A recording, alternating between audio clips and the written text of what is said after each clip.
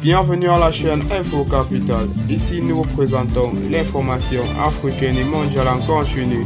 Très chers internautes, avant de commencer, merci de vous abonner et d'activer la cloche de notification pour ne pas rater de nouvelles vidéos. Dans les prochains mois, le Burkina Faso va disposer de son premier satellite, baptisé SAT-1. Le précieux bijou spatial des hommes intègres va servir à observer la Terre. Frédéric Ouattara est l'homme à qui le pays de Thomas Sankara doit cet espoir. Le Burkina Faso va lancer son premier satellite baptisé BurkinaSat-1 dans les prochains mois. Les premiers tests ont été effectués avec succès. Il permettra d'avoir des images de la végétation et des sols pour aider les agriculteurs et les éleveurs nomades à localiser les points d'eau, a annoncé ce mardi le président Ouattara de l'université Norbert Zongo.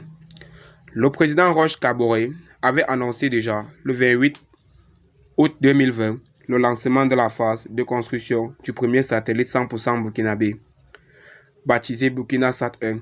Le satellite burkinabé est un projet piloté par Frédéric Ouattara, président de l'université Norbert Zongo à Koudougou, sacré meilleur physicien spatial d'Afrique en 2018 par l'Union des géophysiciens d'Amérique.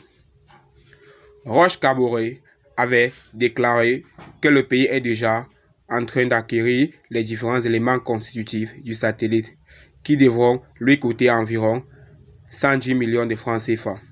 La phase de construction du satellite fait suite à l'achèvement avec succès de la première phase du projet BurkinaSat-1 qui portait sur la construction de la station au sol, logée à l'université Norbert Zongo de Koudougou.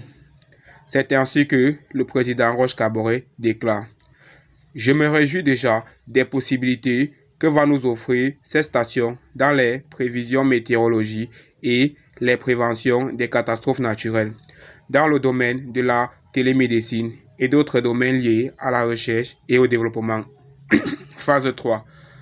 La troisième phase du projet inclut le transport jusqu'à la Station spatiale internationale, les frais de lancement dans l'espace et d'entretien pendant 3 à 5 ans. Le président a estimé que cette troisième phase devra coûter entre 350 et 400 millions de francs CFA.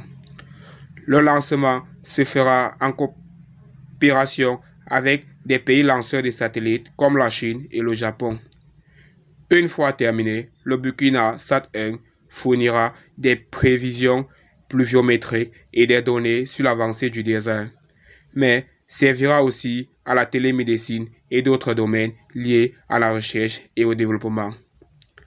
Très chers internautes, si vous n'êtes pas encore abonné, merci de le faire maintenant pour ne pas rater de nouvelles vidéos.